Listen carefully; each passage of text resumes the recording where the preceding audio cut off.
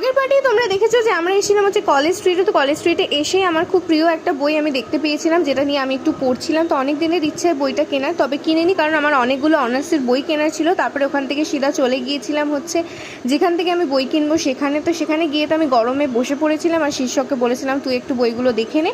তারপরে এখানে কলেজ স্কোয়ারের ভেতরে একটা এক্সিবিশন চলছিল, আর এদিকে আমরা চলে এসেছিলাম তারপরে খেতে, কারণ প্রচণ্ড খিদে পেয়েছিল। সকালে বেরিয়েছিলাম, সে আর খাবারটা জাস্ট দারুণ ছিল। এটা অনেক দিন ধরে এই দোকানটার আমি রিলস দেখি, ভেবেছিলাম যে খাবো একদিন, তো আজকে হয়ে গেল।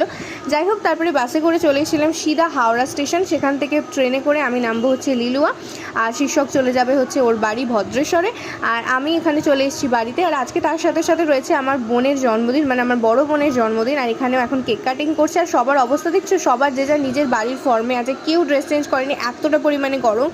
তারপরে খাওয়া দাওয়ার পরে আমিও একটু কেক খেয়ে নিলাম। তারপরে বোন এনেছিল আইসক্রিম খেয়ে রাতে ডিনার সারলাম। আর এই বইগুলো আজকে আমি ওখান থেকে কিনেছি। তো আজকে